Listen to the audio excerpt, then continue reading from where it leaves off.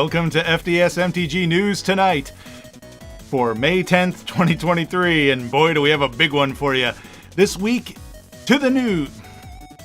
Let me try that sentence again with the proper cadence. Welcome to FDS MTG News for May 10th, 2023, and boy do we have a big one for you this week. To the news! And I just realized that graphic was up there the entire time. We're rolling with it, people. We're professionals. Just like the waistline of the average middle-aged Magic fan, Standard has just gotten bigger. On May 7th, Wizards posted an article on their website by Aaron Forsythe and Billy Jensen announcing that there will be got distracted by something shiny. On May 7th, Wizards posted an article on their website by Aaron Forsythe and Billy Jensen announcing that there will be no rotation this upcoming fall with the release of Wilds of Eldraine, and Standard will be moving toward a 3-year cycle rather than the current 2-year cycle. This is an obvious attempt to revitalize the format, especially considering the article was titled Revitalizing Standard. Forsythe explained that Wizards believes that Magic is at its healthiest when it has a robust and popular Standard environment in paper. And well, that hasn't been the case for a while now. Obviously, a big reason for that was the whole lockdown thing that put a damper on a lot of in-person events. But since we all started emerging from our homes even more socially awkward than we were before, Standard hasn't really picked up and Wizards has noticed. While Magic as a whole has been growing leaps and bounds, Standard has not. And unfortunately, this has affected local game stores the most, as historically Standard has been a major driver in sales for them. Forsythe stated in the article that they hope this change will do 3 major things to bring people back to paper Standard. It will give It will give Standard cards more longevity, it will allow mechanics and archetypes to be more effectively built on over time, and it also gives them stronger tools to create an environment where decks are more varied.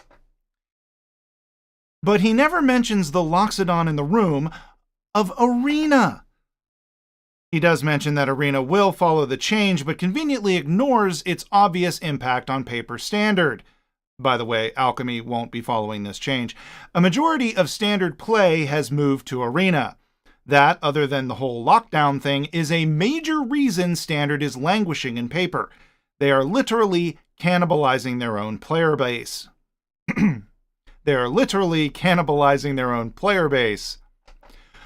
All of that aside, I don't necessarily disagree with this change, and I'll be interested to see what it does to the format. MagicCon Minneapolis happened this past weekend, and with it came a Pro Tour as well as previews for the upcoming sets. First off, we got to see some cards from the upcoming Lord of the Rings set that will be released on June 23rd. The chase rare of the set has been spoiled. Delighted Halfling. It is 1 green for a 1/2 halfling creature. 1/2 creature halfling citizen. It has tap to add a colorless, and tap to add 1 mana of any color. Spend only to cast a legendary creature. And we got to see what being tempted by the ring means. A number of cards have mentioned this mechanic, but up until this past weekend, we could only guess on what it meant. When you are tempted by the ring, you get an emblem of the ring if you don't already have one. This seems to work similar to a dungeon, but instead of moving through the different options, this is an emblem. So as you get each effect, they do not go away. And more than one player can be tempted by the ring. Each time you are tempted, you gain the next ability on the emblem. Your ring bearer is legendary and can't be blocked by creatures with greater power. Whenever your ring bearer attacks, draw a card, then discard a card. Whenever your ring bearer becomes blocked by a creature, that creature's controller sacrifices it at the end of combat. And its final ability, whenever your ring bearer deals combat damage to a player, each opponent loses 3 life. Anyone want to bet this is the set where we finally get a way to destroy emblems? It would be a big flavor win, as the One Ring does get destroyed. And also, did you just hear what I read? It's insane. We also got the Doctor Who Commander decks. They are Blast from the Past, Timey-Wimey, Masters of Evil, and Paradox Power. And we also got a new mechanic. It's called Doctor's Companion. No, it's not a return of the companion mechanic, so you can calm down. It's a return of the partner mechanic. I know that excites a lot of people and makes others mad. Doctor Companion, it's not actually partner. It allows you to have two commanders as long as one of them is a doctor. This should be fine as long as one of the doctors isn't broken. That should totally work out okay. There also will be collector boosters with this set of precons because why not? I guess what the hell. Maybe with the next pre-constructed decks, instead of them giving us a full deck, why not parcel them out in small packs? So we'll be forced to buy 6 times as many booster packs to make one of the decks. I should shut up now before I give them more ideas. They also revealed the TARDIS lands, which I find delightful. I just wish they went full art on these because they're headed in that direction anyway. Might as well go completely full art, and then in 5 years we can start reminiscing about the regular lands and how we wish we could get those again. So basically at that point they can start charging more for regular packs, the cards with regular lands. I just destroyed that joke. Just torpedoed it. That joke didn't work. Okay. And no, I'm just going to skip that part because that's the follow-up to that joke and it didn't land. It wasn't delivered properly. It's not that it didn't land. Apparently it was early Christmas for me because they revealed the face cards for the Commander Masters pre-constructed decks, and we have a new legendary Eldrazi and Sliver. Oops, I went too far. Let me go back. Oh, I was waiting for this to happen. It's gonna happen anytime. Where are you? Where are you? There we go. All right. Please pardon our goofiness. Okay. Juladoc, Void Gorger, which is a 5 generic and 1 colorless for a 7/4 legendary Eldrazi that has colorless spells you cast from your hand with mana value 7 or greater have Cascade, Cascade. Do you like to cascade? This card lets you cascade. And I skipped over my favorite. Okay, so we're going to do this again.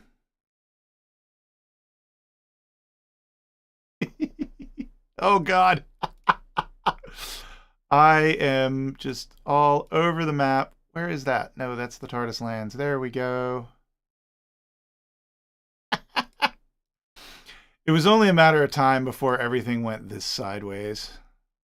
It'll get better, I promise. I'll fix it in post. And Sliver Gravemother for white, blue, black, red, green. You get a 6/6 legendary Sliver with the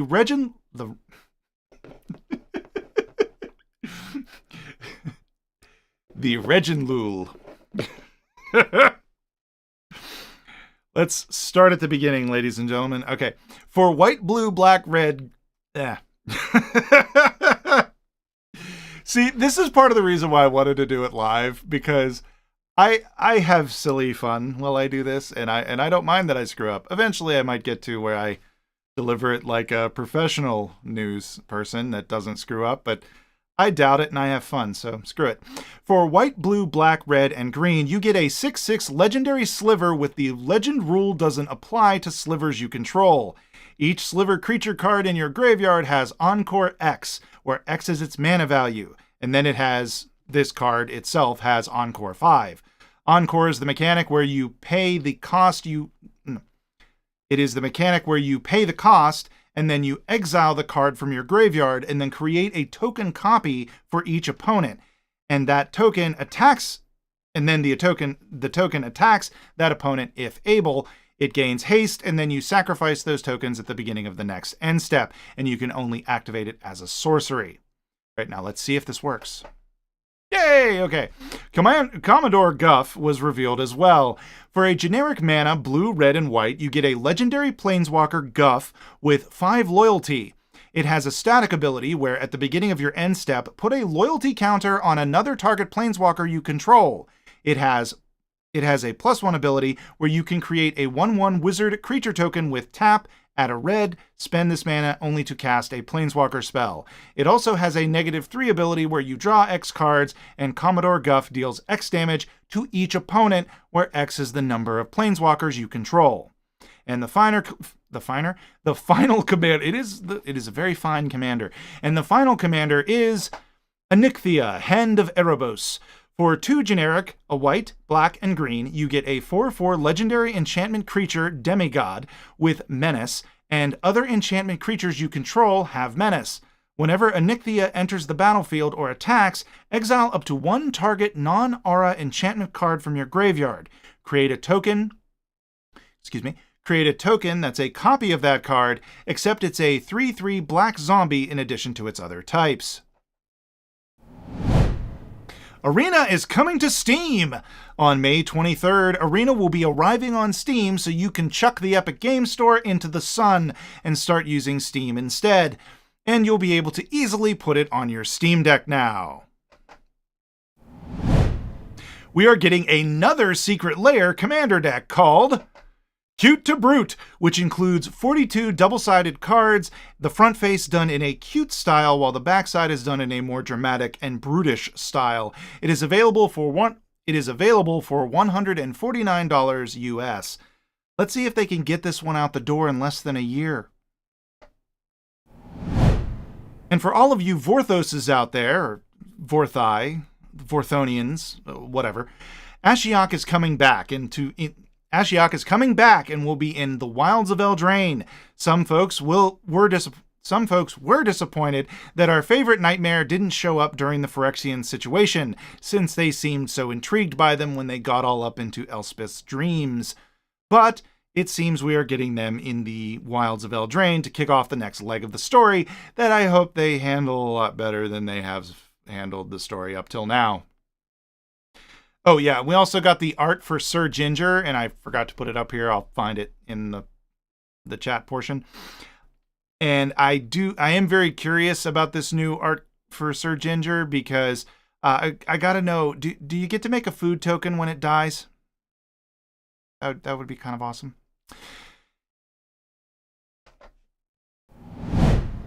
And as I mentioned at the top of the show, with every Magic Con comes with it the Pro Tour, and this time Nathan Stewart took home the top prize. Besides having an S-tier first name, Nathan also is the current MTG World Champion, having won that tournament at Magic 30 in October of 2022. Piloting a standard Rakthos mid-range deck, the most popular deck in the tournament, Stewart defeated Kane Renard, who was piloting a Rakdos Reanimator deck. Stewart is one of the youngest players playing in both tournaments. Apparently. I can't fact check it because his birthday isn't on any websites I can find, but all the articles say he's one of the youngest, so I'm just going to roll with it. I'm a horrible judge at that because most players seem ridiculously young to me anyway, and I'm sure I seem obnoxiously old to them, so it all evens out in the end.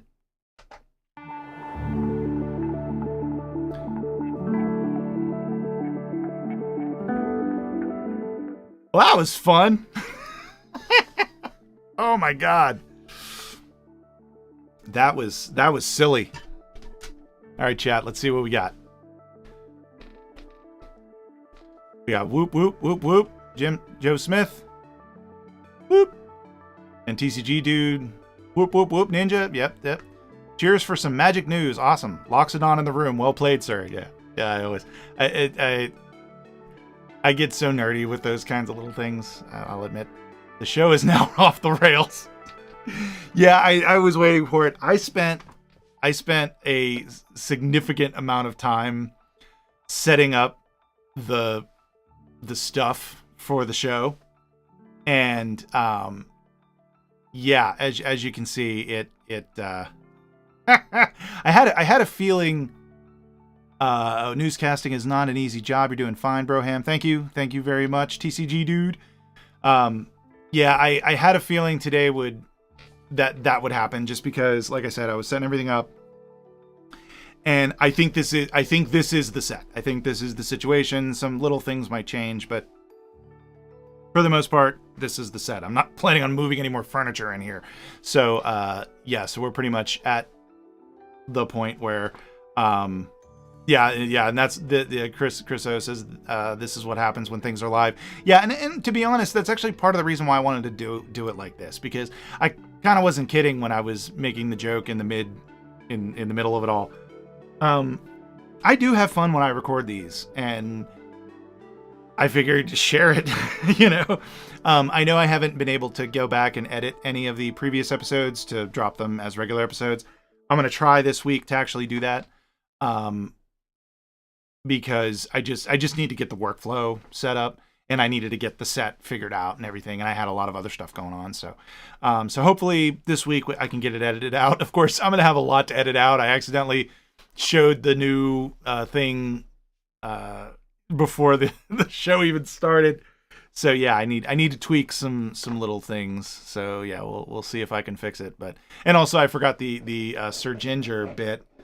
Sir Ginger is hilarious. Oh yeah, I can't pull it up now. Unfortunately, it'll mess up the stream if I try. If you get a chance, look up Sir Ginger. It's SYR instead of SIR. And it's essentially a gingerbread man on a gingerbread horse. And I would be shocked if it doesn't have, when this creature dies, create a food token. I really hope that's on there, because I think that would just be hilarious. It's like, oh, my gingerbread died. Gingerbread man died. You know, it's too funny. Chriso, this is what lives are for. It's the growing pains and the learning curve. Yeah, exactly. And that's actually part of the reason why I started dropping shows. Like I actually started doing shows a little bit before I really was ready, but I kind of wanted to, because I wanted to get FDS news back on the channel. It was bothering me that I wasn't getting news out. Especially with all this stuff coming up, like with the Lord of the Rings and all that. But I also knew that if I didn't start now, I might never, you know. So I was like, I must do it. And so yeah, it's a learning curve, and eventually I'll get there. So I know that. Chris, were you at MagicCon this past weekend? I was not. I had planned on trying. I was going to actually try for a creator pass, though I found out that apparently hardly any creators, well, I shouldn't say hardly any creators, fewer creators for Minneapolis got badges than the Philadelphia one. Apparently more got it at Philadelphia. They didn't have as many for Minneapolis. At least that's what I hear through the grapevine. I was going to try to get one, but I tried to get one for Philly, and I didn't, and that's fine. You know, I'm still small. So I understand, but, I was going to try, but then they announced the Command Fests. And since Richmond is right down the road for me, I figured it would be better instead of just do that one and do Command Fest and then just not do Minneapolis, because Minneapolis is just a little too far away. I'd have to fly. That's very expensive. So yeah, I was a little bummed that I couldn't go, but yeah, I might do Vegas again, just because if I can't do Minneapolis, why don't I do Vegas? No, but I might do Vegas again if certain things happen. But if not, then, you know, it looks like I might not be able to do a MagicCon until next year again. I hope they do it in Philly again next year. That would be really awesome, because I would really like to go again. Did anybody in the chat go? Was anybody in the chat was able to do that? Waiting patiently. Oh, that's right. This is what I want to do. Okay, yeah. I'm going to go ahead and do this now. Excuse my reach. I'm going to go ahead and... Oh, there we go. There we go. Get a little bit of new music on.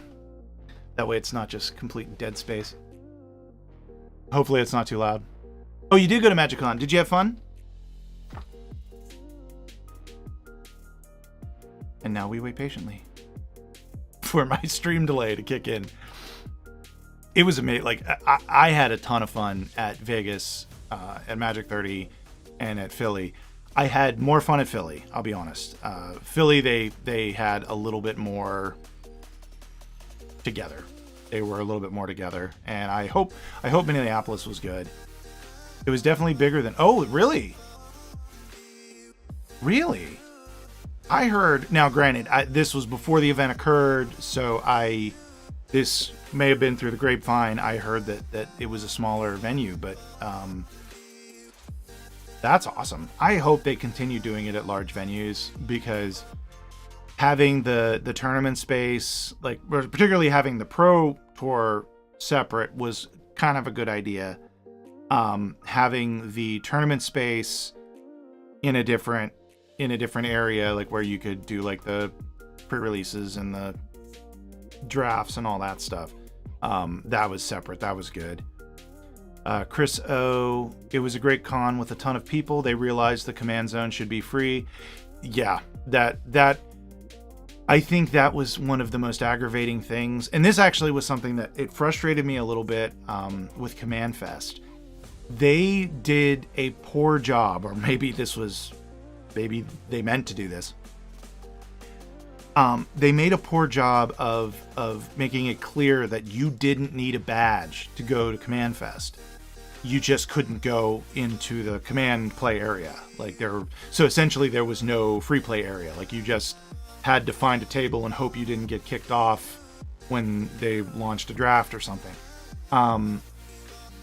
And they didn't make that clear. And I didn't find that out till I got there. And I felt bad because I had told a friend, oh, you got to buy a badge, you got to do this, you got to do that. And then we get there and we found out, and I felt bad that I essentially duped my friend into buying a badge. He was fine with it though, thankfully. In fact, he was happy that we had access to the zone. But yeah, that was frustrating. But I'm glad to hear that they're getting it, you know. So it was spread out and allowed people to walk around and really have time to look at stuff and get games in. Yeah, that was something that was really nice about Philly that wasn't too great about Vegas, because since Vegas was a much smaller venue, the free play area was like tables outside. And yeah, it was October in Vegas, but those are still kind of sunny days, and it was not fun. Like, it was hot. You know, so I'm glad to see that they're doing bigger venues. They're going to be hopefully they continue doing that. I think it's just upside for them, because they're just going to make money. Like, it's just going to be, you know, this is I don't know the accounting of it, but I would imagine they probably made a pretty penny doing it this way, even with a free command zone. So I'm interested to see what y'all think of standard being expanded out. I'm cautiously optimistic, but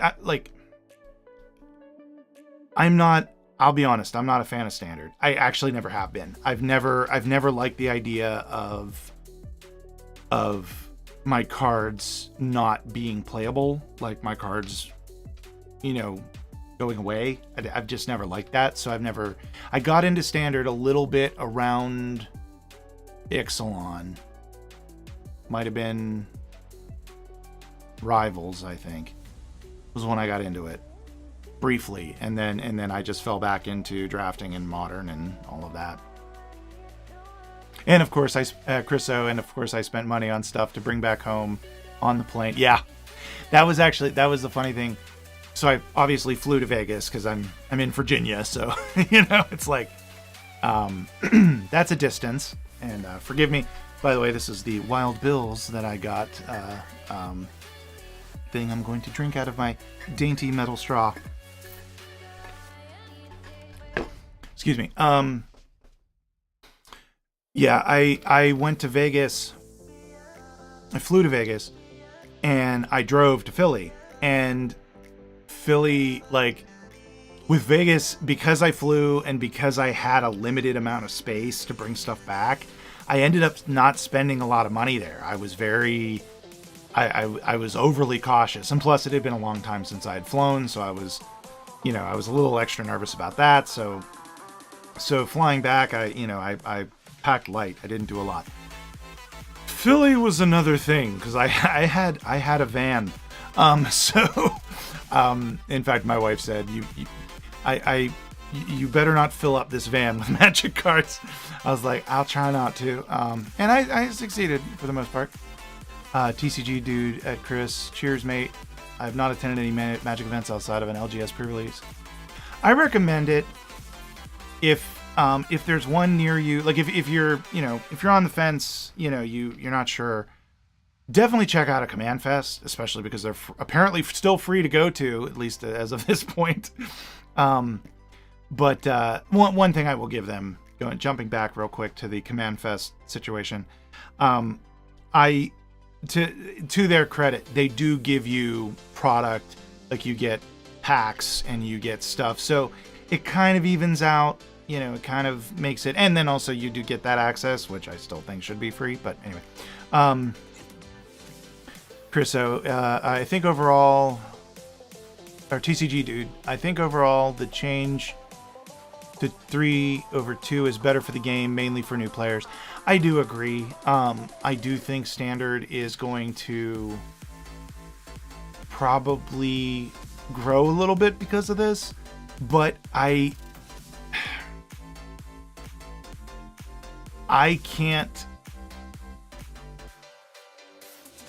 honestly can't think of a way that they can have a thriving paper Standard while Arena exists.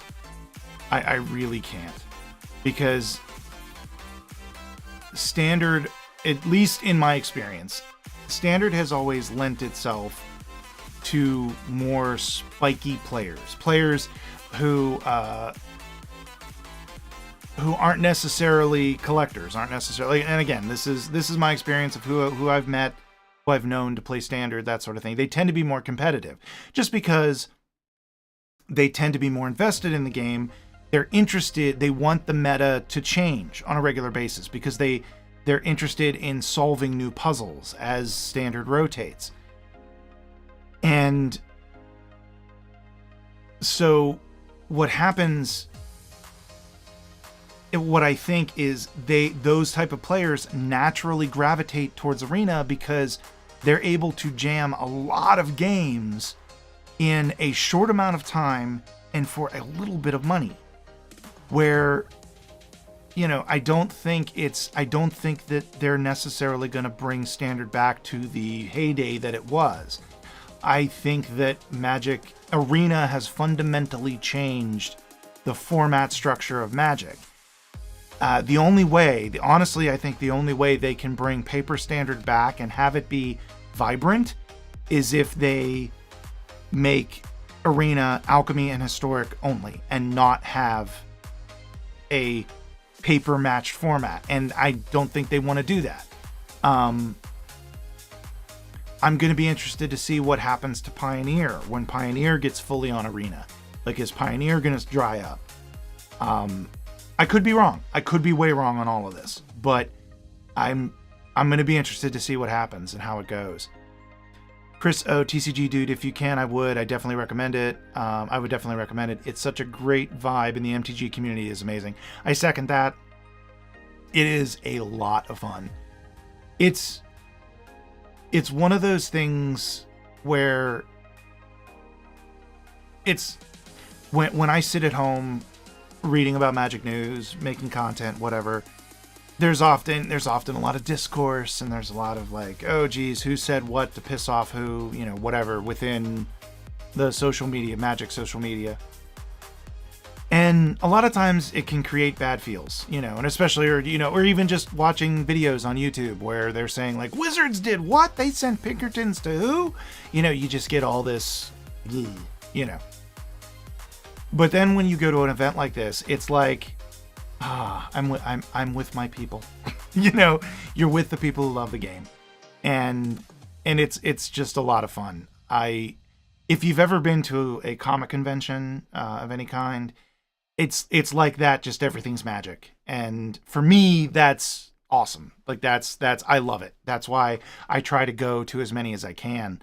I actually kind of stayed off social media this past weekend because I didn't want, didn't want the I wish I could be there, the missing feeling of missing out, FOMO, as it were. But I am glad that a lot of people went and had fun and just had a good time.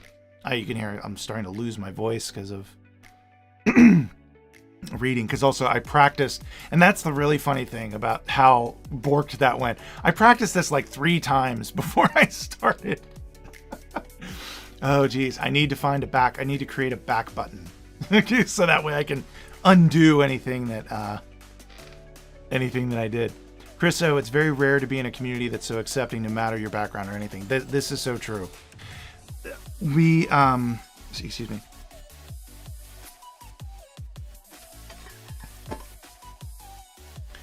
Oftentimes, I see it a lot in the community. There are bad apples in the community. We've all heard of them, But often, I find that like they are few. Like there are not a lot. I know some people may have a different experience because your LGS may not be full of accepting and loving people, so you don't feel that way. But when you go to a big event like this and you see that and you play all these different people, I don't think in the 3 major events I've been to in the last 8 months or however, ever since Magic 30, I think I can count on 2 fingers, maybe like twice in all of that, were there interactions that I personally experienced that were negative with other players, and that's not a lot considering how many people I played, how many tournaments I did. It's very small, and yeah, I highly recommend it. We have a great community in the Magic community, and I think a lot of times the bad apples get like the folks that like to stir shit up. They get blasted out more. But yeah, it's fun. So yeah, that's I'm done with my sales pitch of trying to get you to go to an event. There may be other reasons why you don't want to go, and I understand that. But if you do, if you get a chance, I recommend it. Oh yeah, I already read that chat. We already did that, and that would have sent me on the same thing, repeating the same thing over and over again. So yeah, all right. Well, there's not a lot of activity going on here. I do thank you folks for joining me, those who did come. Chris and TCG Dude and Joe Smith, if you're still there, I appreciate you. Thank you so much for joining me.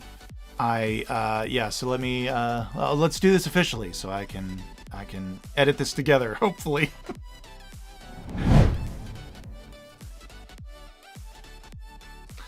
That about does it for today. Like, subscribe, follow me on TikTok and Twitter at FDSMTG. If you like the show and want to support what I do here, check me out on Patreon, FDSCIP there. Click the join button below or buy me a booster pack using my Ko-Fi link. Be sure to join us each week, same time, same channel, for FDS MTG News Tonight, live. You all have a wonderful day.